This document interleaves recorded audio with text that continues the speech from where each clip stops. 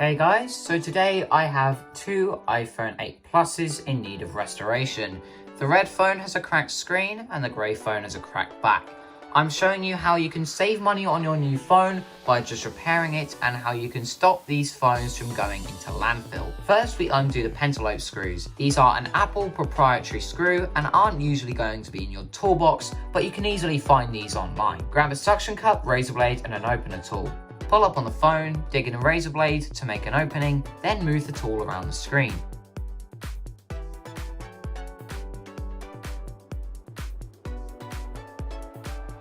Unless the phone has been bodged, there should be metal plates over the connectors. Undo the 4 Phillips screws and remove the brackets. Move to the top of the phone and unscrew the second bracket. This one is held in with tri-wing screws, so make sure you grab the right bit as well. Disconnect the camera, screen and battery connectors, then remove the screen assembly and move to the home button. The 4 screws are once again tri-wing bits. Be extremely careful when removing the home button as they're all paired to each individual iPhone. You cannot replace this unless you go to Apple and pay for a whole screen replacement. When the home button flex cable is removed, push on the metal part of the home button for the whole thing to fall out of the hole. Now we've gotten to the reassembly, redo everything you had just done in reverse.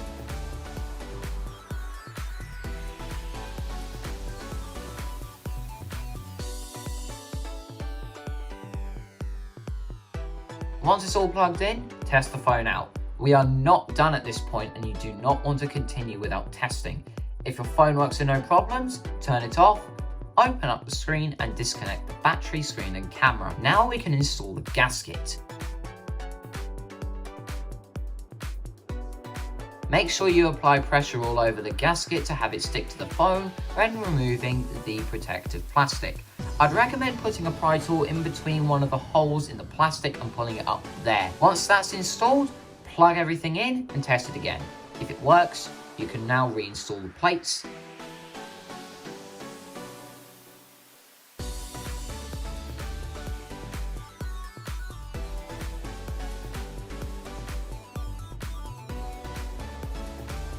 Seal up the phone, reinstall the screws, and we're done. Opening up this phone is exactly the same as before, except for the fact that we don't need a suction cup. This isn't a good sign for us as it usually means it's been repaired before and quite badly. As I opened up the phone, I immediately noticed something is wrong. This red dot is a water indicator. It should be white, but if it comes in contact with water or is kept in a humid area, it will turn red. As I remove the connectors, I notice another thing wrong. The screen connectors flop over to the side.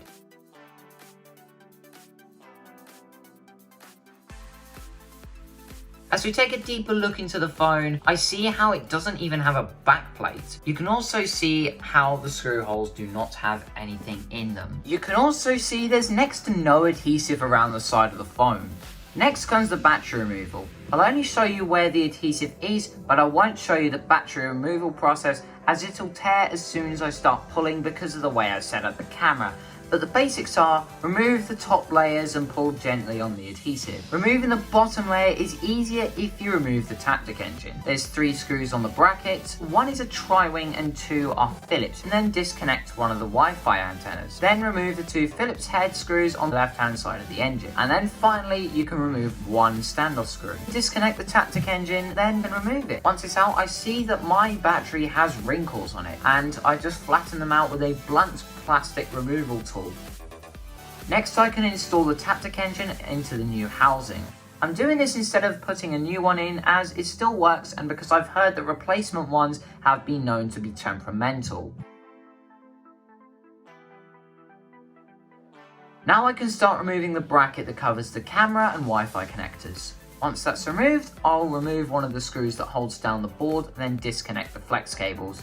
After removing 3 Phillips head screws, I can remove the Wi-Fi antenna.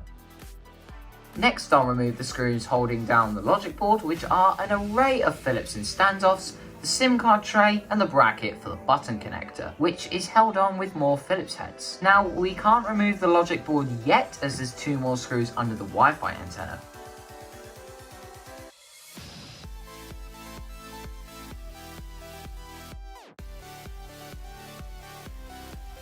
Now after every screw is removed and everything is unclipped, we can finally pull out the logic board. After that, we need to look at the SIM slot, as there's a tiny black niblet that we need to swap over to the new housing. Now we start the reassembly process by putting in the niblet and then reinstalling the logic board. Something I hate about the modern iPhones is all the random different screws and so many parts that are paired to the phone. It's increasingly obvious how much Apple don't want people like you and I to do what we do.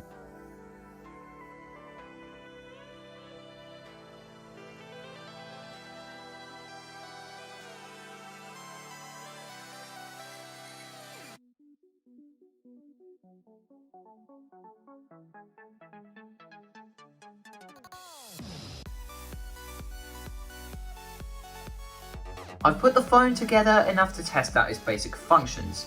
At first it didn't turn on, but after disconnecting and reconnecting the battery, it was fine.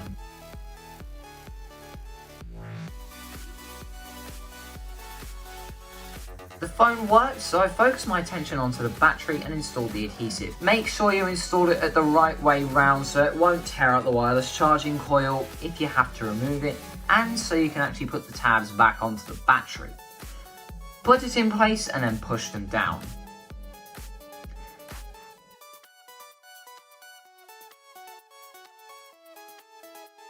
Now I'm going to focus my attention onto the screen. I removed the home button bracket and the top camera / speaker brackets. I pulled the main bracket off the screen of the red phone from earlier. After feeding the screen cables through the hole, I then reinstalled the home button bracket.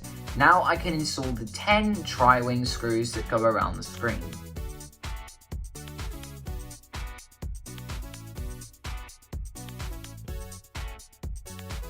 Unfortunately, I have to install a new top microphone and camera flex as the speaker connections do not work. As I poured up on the flex, the speaker grill came up with it. This is a giant sign of a low quality part. I put that and the camera bracket back into place. The thing that annoys me is that the replacement flex isn't folded up properly for installation. I did this off camera as it is difficult to do this, especially when I have to get it all in shot. I reinstalled the bracket in the speaker, plugged in everything and tested the phone again. It worked perfectly, so I installed the waterproof gasket.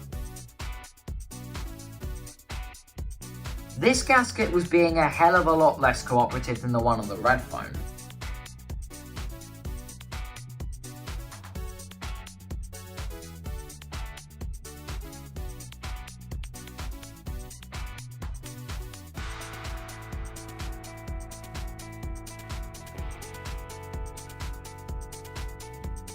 After removing the plastic, I plugged in the connectors and turns out the battery was flat. I charged it and tested it, and it was fine. So I reinstalled the bracket,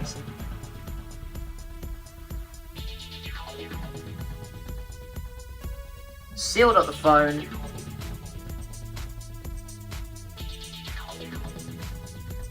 reinstalled the screws, and we're done.